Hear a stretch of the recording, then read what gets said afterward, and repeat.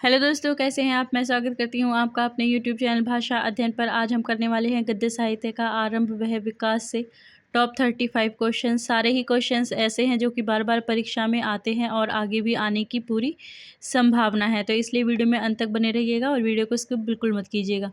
और अगर आपको मेरी वीडियो अच्छी लगती है तो मेरी वीडियो को लाइक और चैनल पर अगर आप नए आए हैं तो चैनल को सब्सक्राइब भी कर लीजिएगा। तो चलिए शुरू करते हैं आज के क्वेश्चंस को। पहला प्रश्न देखते हैं, गोविंद राजगुरु ने भाषा योग विशिष्ट को किस लिपि में लिखा हुआ बताया है। और हमारे विकल्प हैं ए फारसी लिपि, बी खस लिपि, सी गुरुमुखी लिपि या फिर डी कुटिल लिपि। तो देखिए इसमें जो है गुरुमुखी लिपि जो है वो गोविंद राजगुरु जी ने भाषा योग विशिष्ट की लिपि बताई है, तो ऑप्शन सी जो है वो हमारा बिल्कुल सही हो जाएगा। ठीक है, क्वेश्चन नंबर 2 देखिए, दौलत राम जैन द्वारा लिखी गद्य की पुस्तक कौन सी है। और हमारे विकल्प हैं ए सत्यार्थ प्रकाश, बी हरिवंश पुराण, सी विष्णु पुराण या फिर डी पद्म पुराण वचनिका। तो देखिए इसमें पद्म पुराण वचनिका दौलत राम जैन द्वारा लिखी गई गद्य पुस्तक है, तो ऑप्शन डी है जो हमारा वो बिल्कुल सही हो जाएगा। क्वेश्चन नंबर 3 देखिए, भागवत पुराण का अनुवाद सुख सागर नाम से किसने किया है। और हमारे विकल्प हैं एक सदा सुखलाल नियाज, बी इंशाअल्लाह खां, सी सुखराम या फिर डी सदल मिश्र।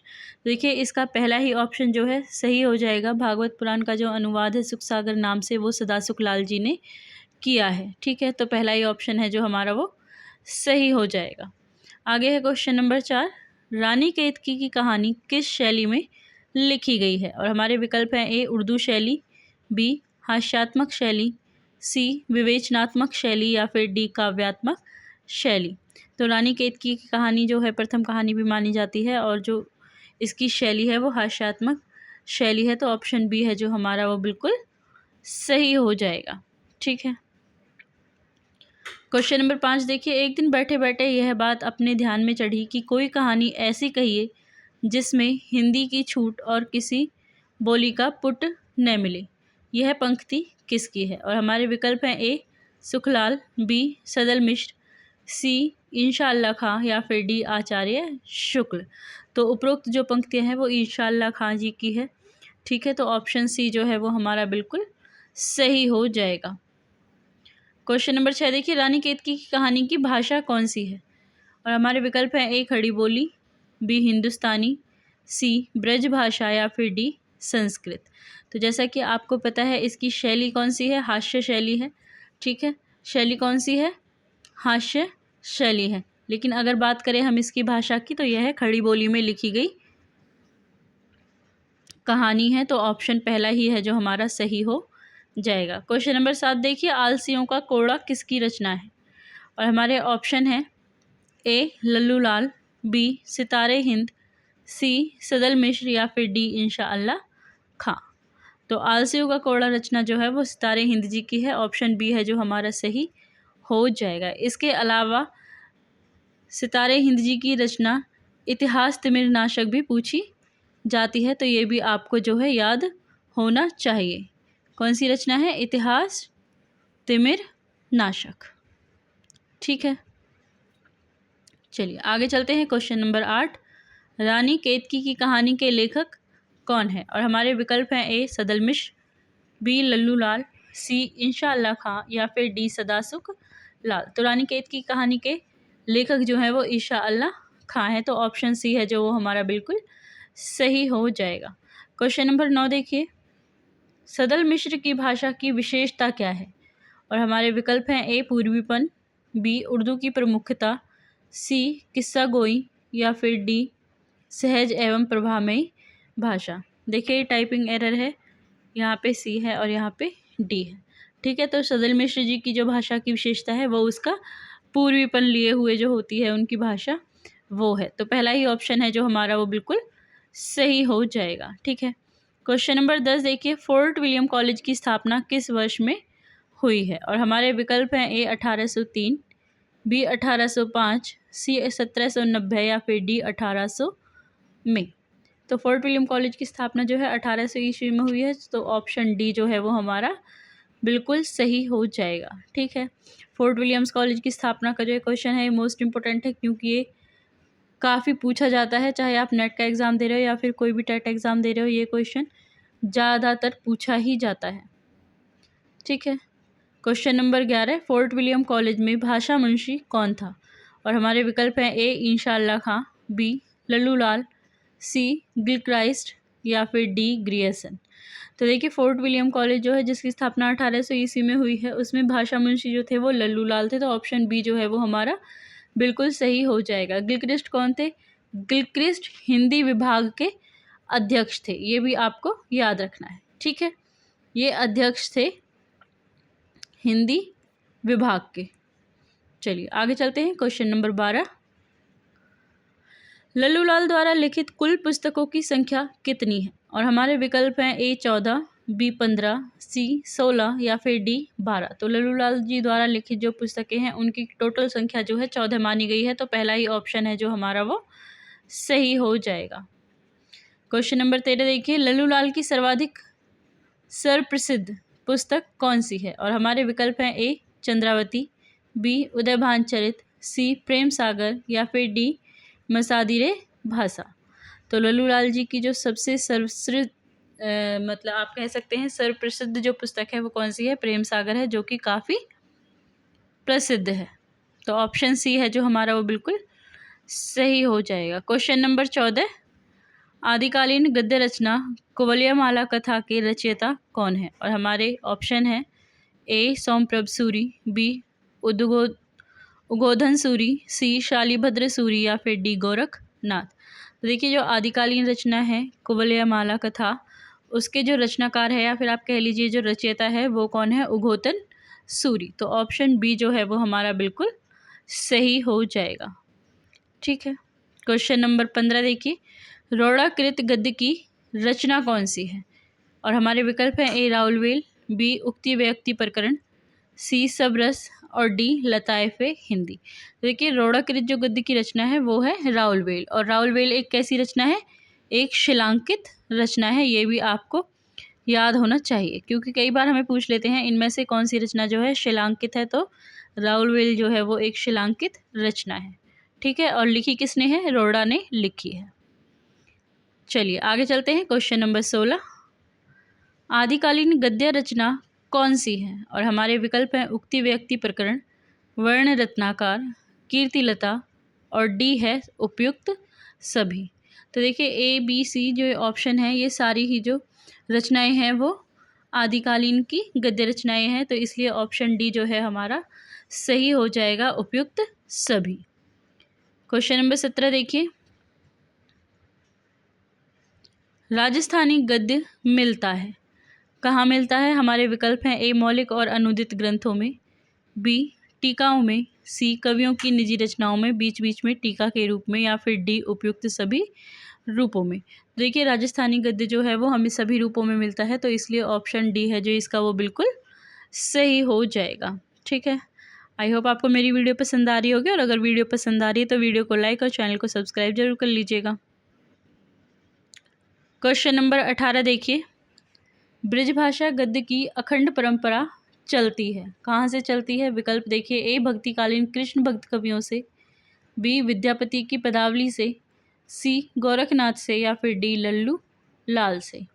तो देखिए इसमें जो भक्तकालीन कृष्ण भक्त कवि है वहाँ से ब्रजभाषा गद्य की जो है परंपरा चली है। तो पहला ही ऑप्शन है जो हमारा सही हो जाएगा। अगर आप देखेंगे भक्तिकाल में तो जो कृष्ण भक्त कवि हैं उन्होंने ज़्यादातर ब्रजभाषा में ही अपनी रचनाओं को लिखा है।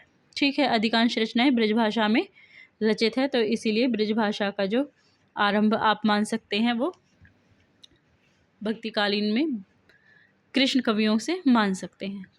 क्वेश्चन नंबर 19, ब्रजभाषा गद्य की पुस्तक श्रृंगार रस मंडन के रचनाकार कौन है? और हमारे विकल्प हैं ए गोकुलनाथ, बी विठलनाथ, सी वैकुंठ नमनी या फिर डी नाभा दास। तो ब्रजभाषा की जो पुस्तक है श्रृंगार रस मंडन, उसके रचनाकार कौन है? विठल नाथ है। तो सेकंड ऑप्शन जो है हमारा ऑप्शन बी बिल्कुल सही हो जाएगा। क्वेश्चन नंबर 20 देखिए, लल्लू लाल की ब्रजभाषा गद्य की रचना कौन सी है? और हमारे विकल्प हैं ए प्रेम सागर, बी लाल चंद्रिका, सी राजनीति अर्थात हितोपदेश, या फिर डी सभी। तो लल्लूलाल जी की जो ब्रजभाषा की गद्य रचना है वो कौन सी है? राजनीति हितोपदेश। तो ऑप्शन सी है जो हमारा वो सही जवाब हो जाएगा। ठीक है। क्वेश्चन नंबर 21, दक्षिणी हिंदी गद्य की प्राचीनतम पुस्तक मेराजुल आशिक के लेखक कौन है? और हमारे विकल्प हैं ए मुल्ला वजही, बी बंदा नवाज गेसुदराज, सी कुतुब शाह, या फिर D Syed Hussain.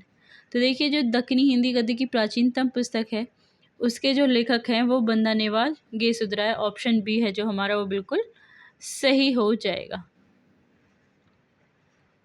Question number 22, मुल्ला वजही की गद्य कृति कौन सी है?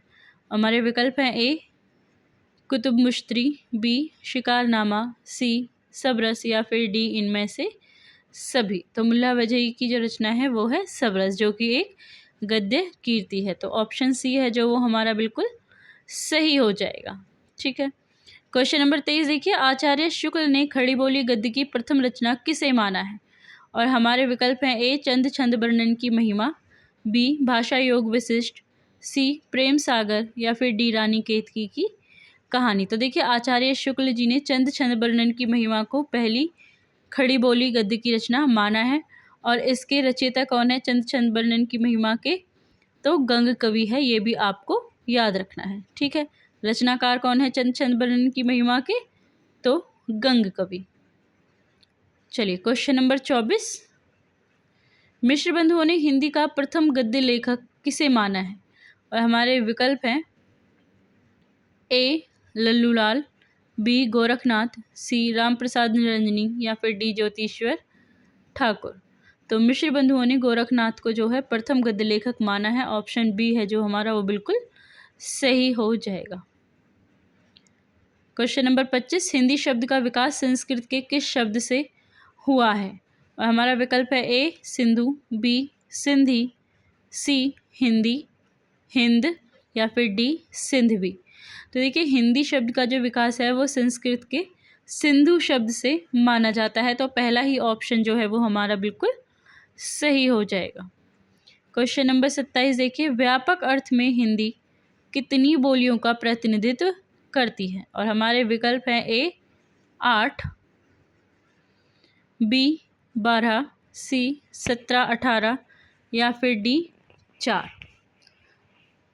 तो इसका ऑप्शन होगा सी 17 18 जो है बोलियों का प्रतिनिधित्व करती है हिंदी। ठीक है। तो ऑप्शन सी जो है वो हमारा बिल्कुल सही हो जाएगा। क्वेश्चन नंबर 28 देखिए, सिंधु का हिंद किस भाषा के अंतर्गत होता है? और हमारे विकल्प हैं ए फारसी, बी अरबी, सी ग्रीक, या फिर डी जर्मन। तो सिंधु का हिंद जो है वो फारसी भाषा के अंतर्गत होता है। तो पहला ही ऑप्शन जो है वो हमारा बिल्कुल सही हो जाएगा। ठीक है। क्वेश्चन नंबर 29 देखिए, भाषा विज्ञान में हिंदी कितनी बोलियों का प्रतिनिधित्व करती है? भाषा विज्ञान में। ठीक है। और हमारे विकल्प हैं ए 28, बी 8, सी 17, या फिर डी 18। तो भाषा विज्ञान में जो हिंदी है वो 8 बोलियों का प्रतिनिधित्व करती है। तो ऑप्शन बी है जो वो हमारा बिल्कुल सही हो जाएगा। क्वेश्चन नंबर 30 देखिए, हिंद हिंदू हिंदी शब्द का प्रयोग सर्वप्रथम किसने किया था? और हमारे विकल्प हैं ए आर्यों ने, बी ईसाइयों ने, सी यहूदियों ने, या फिर डी मुसलमानों ने। तो देखिए हिंद हिंदू हिंदी शब्द का जो प्रयोग है वो सर्वप्रथम मुसलमानों ने किया था। तो ऑप्शन डी है जो वो हमारा बिल्कुल सही हो जाएगा। क्वेश्चन नंबर 31, बजरोया छठी शताब्दी के जवाने हिंद में हिंदी शब्द का क्या अर्थ है? और हमारे विकल्प हैं ए हिंदी भाषा, बी भारत, सी उपयुक्त दोनों, या फिर डी कोई नहीं। तो देखिए जवानी हिंदी जो है हिंदी शब्द का अर्थ बजरोया में भारत है। तो ऑप्शन बी जो है वो हमारा बिल्कुल सही हो जाएगा। क्वेश्चन नंबर 32 देखिए, खुसरो की खालिक बारी में भाषा के लिए किस शब्द का प्रयोग किया गया है? हिंदी भाषा के लिए किस शब्द का प्रयोग किया गया है? और हमारा विकल्प है ए हिंदवी, बी हिंदी, सी हिंदी, या फिर डी इनमें से कोई नहीं। तो खुसरो की खालिक बारी में भाषा के लिए जो है हिंदवी शब्द का प्रयोग किया गया है, तो ए ऑप्शन जो है वो हमारा बिल्कुल सही हो जाएगा। ठीक है, क्वेश्चन नंबर 33 देखिए, खड़ी बोली गद्य में रचना कब प्रारंभ होती है? और हमारा विकल्प है ए 10वीं शताब्दी, बी 13वीं शताब्दी, सी 14वीं शताब्दी या फिर डी 11वीं शताब्दी। तो देखिए, खड़ी बोली में जब रचनाएं प्रारंभ हुई हैं, गद्य जो साहित्य है वो 13वीं शताब्दी से हमें मिलता है, तो ऑप्शन बी है जो वो हमारा बिल्कुल सही हो जाएगा कि खड़ी बोली गद्य की रचना का प्रारंभ जो है 13वीं शती से माना जाता है। तो सेकंड ऑप्शन हमारा बिल्कुल सही हो जाएगा। ठीक, आगे चलते हैं। राजस्थानी गद्य का आरंभिक रूप किस समय से मिलता है? तो राजस्थानी गद्य का आरंभिक रूप किससे मिलता है? विकल्प देख लेते हैं। ए 13वीं शताब्दी, बी 7वीं शताब्दी, सी 10वीं शताब्दी या फिर डी 14वीं शताब्दी।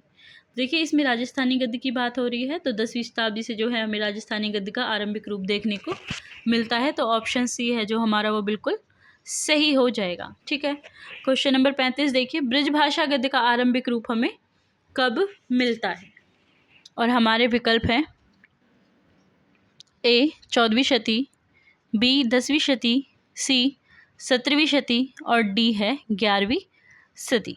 ठीक है, तो ब्रजभाषा का जो गद्य का रूप है वो हमें 14वीं शताब्दी से देखने को मिलता है, तो सेकंड ऑप्शन जो है वो हमारा बिल्कुल सही हो जाएगा। और अगर राजस्थानी की बात करें तो वो 10वीं शताब्दी से मिलता है, और अगर खड़ी बोली की बात की जाए कि खड़ी बोली गद्य का जो आरंभिक रूप है वो हमें कब से मिलता है, तो वो कब से मिलता है, तो 13वीं शती से मिलता है। ठीक है, इन सभी के जो है हमें याद रखने चाहिए, कंफ्यूज नहीं होना है। अगर आप रिवाइज अच्छे से करोगे तो आपको जो है कोई भी कंफ्यूजन नहीं होगा और आपके सारे क्वेश्चंस जो है सही होंगे। आई होप आज की वीडियो आपको पसंद आई होगी, और अगर आज की वीडियो आपको पसंद आई है तो वीडियो को लाइक और चैनल को सब्सक्राइब ज़रूर करें। और अगर आपका कोई सुझाव है या फिर आप किसी विशेष विषय पर जो है क्वेश्चंस चाहते हैं, तो आप मुझे मैसेज भी कर सकते हैं कमेंट बॉक्स में।